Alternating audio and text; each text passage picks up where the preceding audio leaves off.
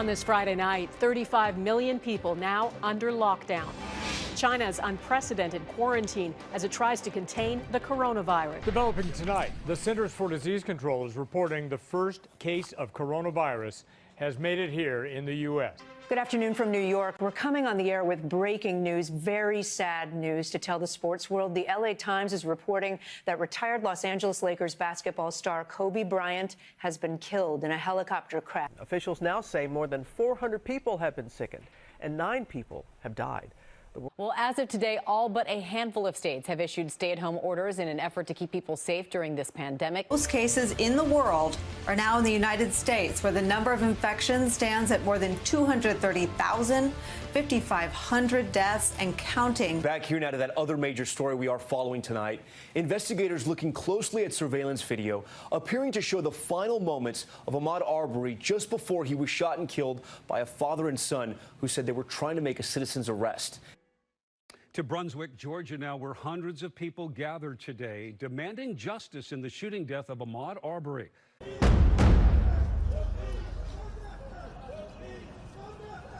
Loved ones of Breonna Taylor grieving and outraged. The 26-year-old Louisville first responder shot 8 times and killed by police. George Floyd died in police custody after an officer pressed his knee into Floyd's neck for at least 7 minutes. The episode was recorded by a bystander. Overnight, Minneapolis on fire. Protesters leaving an auto parts store in flames. Others seen looting a local Target. So many reminders of what George Floyd's name now means to those who never met him, prompting calls for justice, to defund the police, to reform police departments. With last weekend's riots giving way from the East Coast, marchers demanding action in New Jersey. In San Francisco, they jammed the Golden Gate Bridge.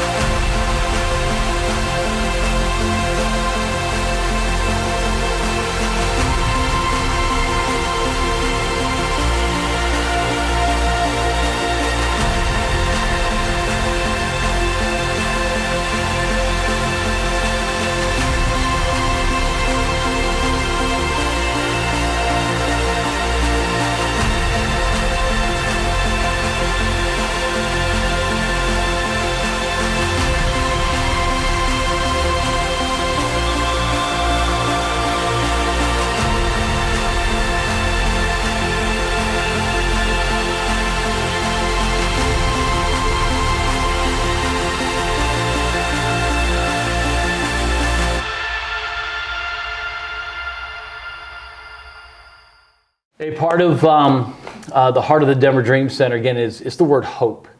And if you know our story for any length of time, we build it on Proverbs 13:12. Hope deferred makes the heart sick. And when we look at what's going on, even before George Floyd, but specific to addictions and poverty and incarceration, and why people tend to face struggle after struggle or fall back into the same issue, a lot of it's related to the word hope. And when you give up hope, you give up fighting or believing that there's an opportunity. And obviously with things going on now, we just want to take a few minutes over the next weeks, months, however long it takes, and have just some more real conversations. We're not trying to project like we have infallible answers or solutions. But if we don't address it and talk it through, one, we're not going to learn. And we can't speak up. And God's given us a platform to do that. We want hope to be restored in our cities. We want hope to be restored in our country. beyond color barriers and Republicans, Democrats, rich, poor, urban, suburban, whatever that looks like, and how we bring that together. And so you may know this guy, Jordan Norwood, played 7 years. Yeah, 8 years. 7, 8 years in the NFL, and has an incredible story that we've talked about before, just overcoming even adversity and maybe not being the fastest or strongest, although you were close to the strongest. Yeah. But using that to just fight hard and chase those dreams, and won a Super Bowl with the Denver Broncos. And the day I met him, from that moment, anytime we've done something, Father's Day barbecue, delivering Christmas trees to people in the hood that needed a tree. I mean, you name it. If we were doing something, I knew I could call Jordan and say, hey man, we're going to go out and serve. And as busy as the football season and schedule would be, do we get out of practice, whatever it would take to go serve and love on people. And so I've always loved that about your heart and just serving. Matter of fact, I got to tell one more story, because my youngest son, when he was in first grade, you're still active. Yeah. Playing. Just won the Super Bowl. This year after winning the Super Bowl. And my little guy, Jonah, it was show and tell day. And so, kids were bringing Legos or baseball cards or, a picture of their dog. And of course, my son's like, Dad, can you get me a pro athlete? So I'm like, why not, right? And so called Jordy, he's like, man, I'm there. So we got a picture sitting in these little bitty chairs. Yeah. And of course, first grade. So they're talking football. Or Jordan is, and Super Bowl, pull out the ring, and kids are like, how many dogs do you have? Nothing to do with football, but again, just count you as a good friend, man, and thankful that God's connected us and the amount of stories we get to share. But wanted to take a little bit of time, because we're trying to learn, and we want to be a difference maker. And maybe just take a few minutes and tell us, and those that are watching, some of your story about where you grew up, how you grew up, and sort of set the stage for us. Sure, thanks a lot, B, and definitely consider you a friend, your family. Been knowing each other 6 or 7 years now, so it's been a little bit. But yeah, for myself, I was born in Honolulu, Hawaii. My mom is Black and Filipino, and my dad is Black. So multiracial background for me. Growing up in Hawaii for me was mostly around my Filipino side of the family. Basically lived with my great-grandfather in his house there in Honolulu. My parents both were grinding, hustling, trying to provide. Mom was 21 when she had me. Dad was 21 or 22 when they had me. So they were hustling. They were hustling, trying to support myself and my older brother there in Hawaii. Growing up, we were in Hawaii. We bounced around quite a bit. My dad ended up becoming a college football coach, which took us all over the place. Hawaii, mostly Filipino community or Hawaiian, Polynesian community that I was living in. Moved to Arizona, to Virginia, Maryland, Texas, Pennsylvania. And by that time I was in high school. So we were all over the place growing up. And it was white communities, Black communities, mixed communities, Filipino, Asian communities in Hawaii. So for me, that always, I feel like, shaped just a lot of my perspective. It shaped my, that alone, aside from my dad leading me to Jesus and some of those things, but just that moving around part alone, when it comes to race and ethnicities and respecting other people, I think that was it in terms of why I respect people, why nobody has to earn my respect. I respect people, and they can lose my respect maybe a little bit, but I step into situations with a great deal of respect for people, no matter what they look like. And I think it's, as I think about it, I think it's because I've been in those communities. I've seen that most of us are all the same, and I say that in terms of we all have the same sorts of issues. We have the same sorts of relational problems with brothers and sisters and friends and parents, and those things are all pretty similar. And, So for me growing up, it was bouncing around. It was a lot of sports. My dad was a college football coach, as I said. So I started playing football when I was, I want to say 6 or 7. I think I started playing flag football and played straight on through till I was 30 years old. So 20, I'm doing some math there, 23 or 24 years straight of playing football every fall. And then again, like sports brings you into different locker rooms, into different situations where you're meeting new people, teammates with new people, and that led me down even more of a path of I think respecting people and seeing how there's a lot of similarities and probably learning that there's a lot of differences. I think you're alluding to something that I want us to get to. Sure. I think like everybody, we're wrestling with the big picture because we've had police brutality is nothing new. We've had stories and we've had issues. We've had issues with the N-word. We've had things that have been cultural and it seems like ebb and flow. But with what happened with George Floyd is now struck a different nerve, and maybe compounded by the fact that everybody was in this pandemic locked up, and there's a lot of energy to be expelled, but also to the side of what happened to him was just wrong, right? And it is a black community concern, but it's not a black problem. It's a humanity problem, right? It's not even a race issue. For me, when I first saw that, I was, I guess, dumbfounded, because what caught my attention harder than anything immediately was the casualness to just look around while someone was gasping for breath and pleading for their life. And again, a lot of angles of that, but there's something that has risen to the surface more than ever before. And so one of the questions I wanted to ask you is, because again, we don't have enough time to dig in to every topic today, and when it deals with systemic racism and white privilege and all the words that we hear and things that people are wrestling through. But I'm wondering now, because I think when we grow up in it, especially as your kids are really young, my kids are high school through elementary, and so the formation when they're young. I remember asking my boys when they're super little, like, what do you want to be when you grow up? And it could have been an alligator, right? Like, they don't know that you can't be an inanimate object or there's nothing impossible. And so there's that purity and that innocence of children that's unbelievable.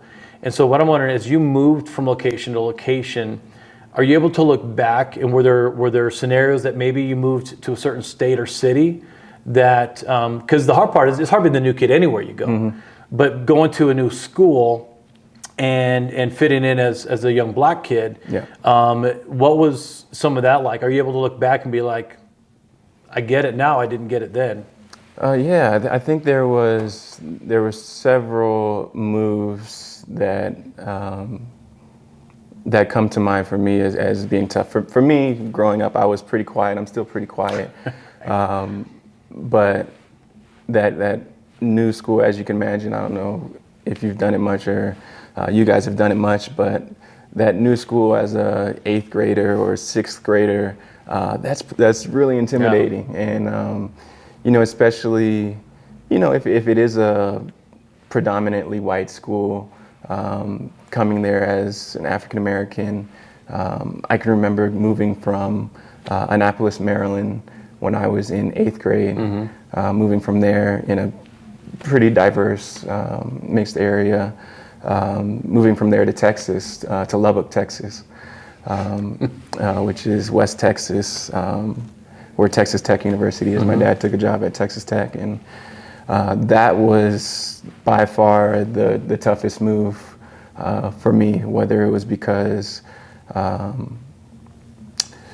was black moving into a mostly white, predominantly white neighborhood, And did you, and maybe looking back at that age, did you see it as a black and white thing? Was it a racial thing? Did you notice it that, or are you able to look back now and No. I think at that age, I don't know when that probably started for me, but it's definitely a walk into the school and count the number of black people that you see, or people that look like you that you see, and go home and tell mom and dad. Yeah. Now, there's about 6 of us, type of thing.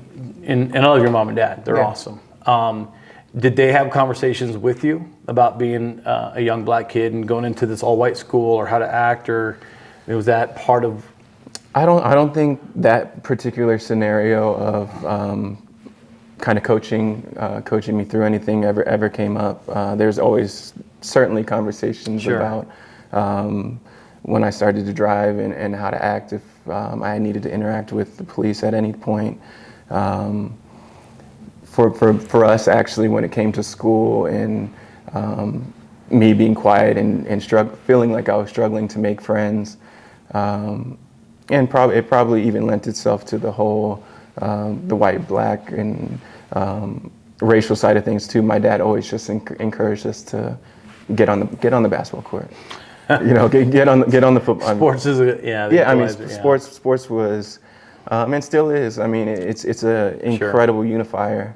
I mean, I had a conversation with a buddy of mine that I played high school basketball with, and we actually talked around this time last year, 2 years ago. We were talking Colin Kaepernick, and he didn't understand why somebody would disrespect the flag. He's a Caucasian friend of mine, a white friend of mine, that we played high school basketball together, but he didn't understand why somebody would disrespect the military and disrespect the flag like that. Yeah, so that's a good segue. Let me interrupt you. Let's come back to that, because we were talking earlier before we started shooting video that Broncos won the Super Bowl in 2015. 16, and then you played one more year. Yes. And then the year after you were done playing, and again, I would say Brandon Marshall's a good friend of both of ours.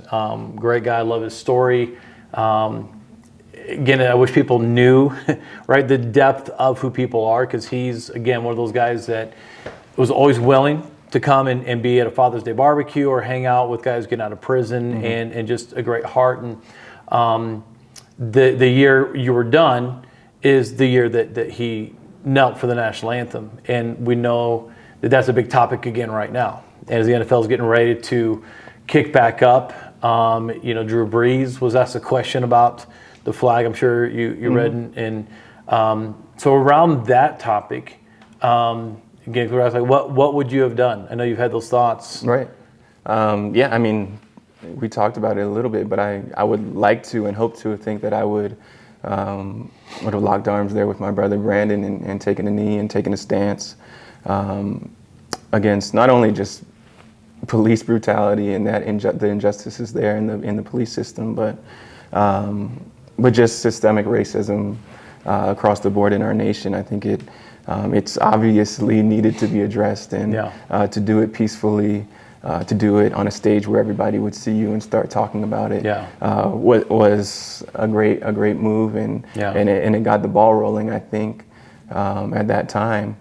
And I think it's hard because you've got such a large piece of the population that only see the national anthem in light of military personnel that have laid their life down for the freedoms of this country. And so they look at it as an insult to the military, an insult to our country, not understanding that our country was built on the ability to have free speech. Absolutely. And when, and again, I can't speak fully for it, but in that season, spent a lot of time with Brandon, again, his heart of making a difference and sharing, and we had dinner just a few days after the decision, and for weeks, he got letters that were horrific. Not hey, I'd like to know why, or let's have a conversation. It was death threats, and endorsements were removed, and people seeing it from that light and not understanding. So, again, in taking a knee during that, what's the message? Yeah, I mean, for him, and that's a part of the reasons that I would have loved to be playing and to be able to have those conversations with him and Cap and understand exactly what they wanted their messaging to be, so I could stand by with them. But I mean, that definitely had nothing to do with the flag and the military. And I mean, clearly there's people like my grandfather who served in Korea and flew and did all those things like so many other veterans in this nation. But for him, he came back to a country where there was segregation and civil rights movement going on at those times. So, and so those are all the same things that my grandfather fought for in Korea is the same thing that we're fighting for by taking. And ultimately for a voice to be heard, right? Absolutely. And a written letter is not working in that national spotlight. And it's funny how, 4 years ago it stirred, but got so blackballed, right? And Kaepernick basically removed from the NFL. We all know he was a good enough athlete that he was not at the end of his quarterback career, but it's almost this ability, it's the message that if you go back and watch that we shared to start these conversations about the Good Samaritan, right? It's not just seeing a need, but it's being compelled to do something about it. And this has opened up the conversations like never before, but not only conversations, but reconciliation. Absolutely. Right? I mean, I think that's where it's fun for us to have the conversation, because with our faith in Christ, we know that that's the message of the cross. That the message of the cross is foolishness to those that are perishing, but for those of us that are being saved, it's the power of God unto salvation. The Jew, the Gentile, like it's what brings humanity together, which again is why when I watched the video, we know that there's a voice that has been literally, ironically, suffocated for hundreds of years in the formation of our country. And there's things that we can go back and look at, and things that, from slavery and how long it took to even, T.D. Jakes or John Gray was alluding to it, that Baptists and Southern Baptists, part of what made them different in the beginning were that Southern Baptists held on to the right to own slaves, right? And in the early years of voting in the mid-1800s, they would count slaves, the 3/5 law, right? That every slave that was owned would account for 3/5 of a person. And this devaluing is humanity. And we haven't dealt with it, right? It's always been like sort of, this, and then like, oh, let's put a Band-Aid on it and put a Band-Aid on it. And we're finally at a point that hopefully it's not just going to be conversations, but actions can be taking place. Also know, this is obviously important for you because you're married to a white girl. You're raising biracial kids. And so you guys are like the perfect family, right? Like it's the perfect blend of bringing everything together. But maybe you can share a little bit of what it's been like for your wife, things that maybe she's asked and didn't know, what she's learned through this, but what she's had to see and support, but also in raising kids in this. Right. It's been really interesting, and especially, it's been interesting. It was interesting while we were dating. It was taken to a new level of interesting when we got engaged and married. When we brought our daughter Franny into the picture, it got taken obviously to a whole nother level of having to actually think about what this looks like to raise a biracial black daughter. And we have a son now, but to raise kids and what that means and what that meant for me growing up, and how much that differed from my wife's upbringing. And that said, we've had incredible conversations. Just in the past couple of weeks, my wife has, she has poured into literature and documentary and feeling like she needs to catch up on not only the injustice piece or the systemic pieces of this nation that are devaluing Black lives, basically, but also just straight up Black history, just things that are good to know about the culture that her kids have in their genes. And so for us, I think it's definitely been good. I know it's been it's almost been challenging for my wife. I know. I mean, she'll pick a book and look at me and, did you know, blah, blah, blah. I'm like, yeah, I knew that. And it's crazy that we didn't think to have those specific conversations and never had, but I'm glad that we're having them now. And I mean, we've reminisced over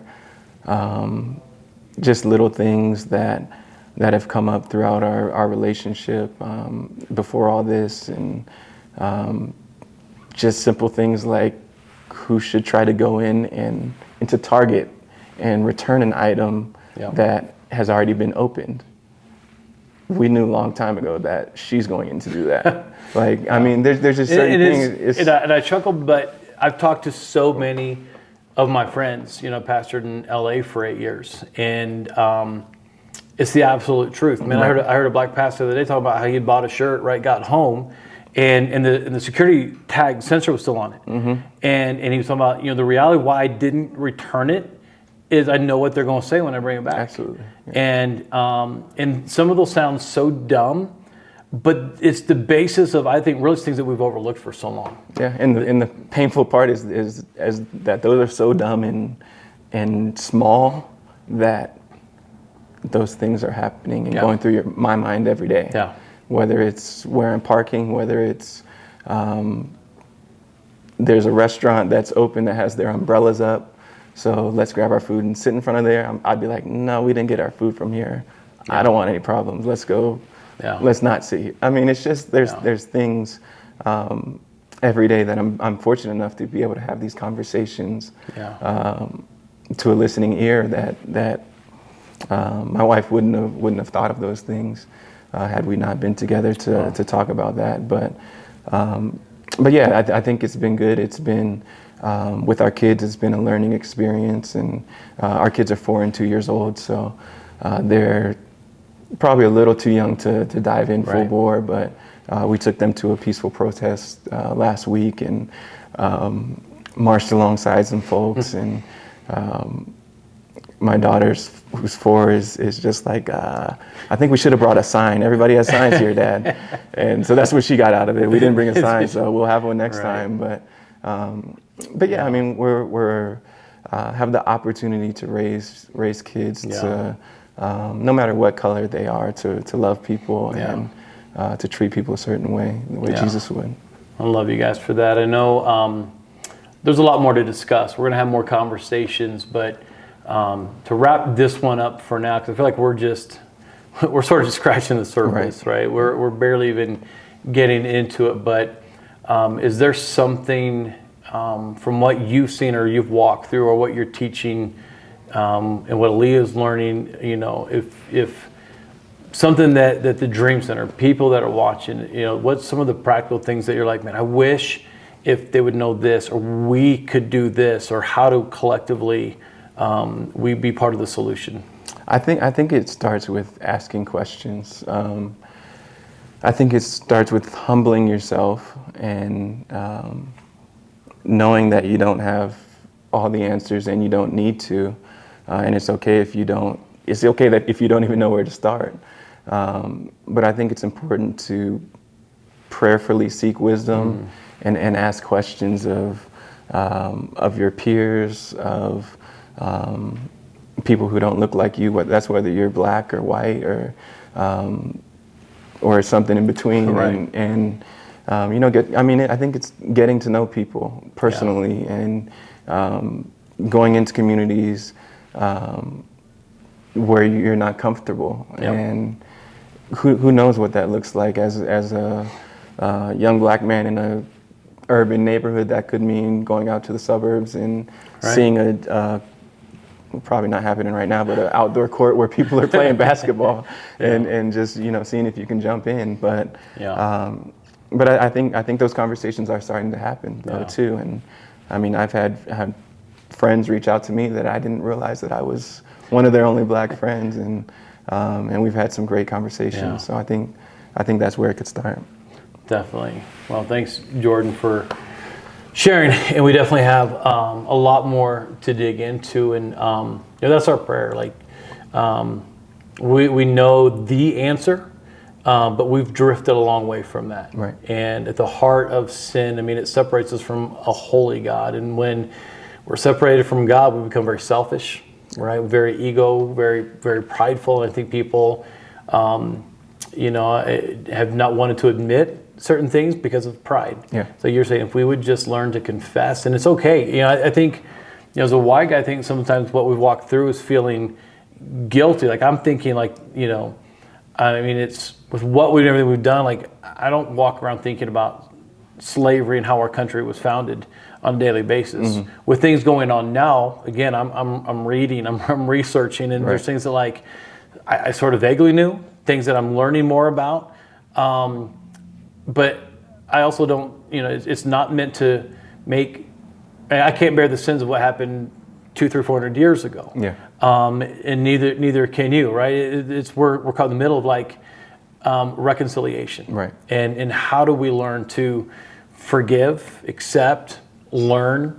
Because with everything going on right now, if we don't make changes, right, if we don't learn from the past, we're doomed to repeat it in the future. Yeah, absolutely. And we're in that season now that God give us grace, that we can find healing, that we can find reconciliation. And so more to come, and stay tuned and keep following along. Thanks, Jordan.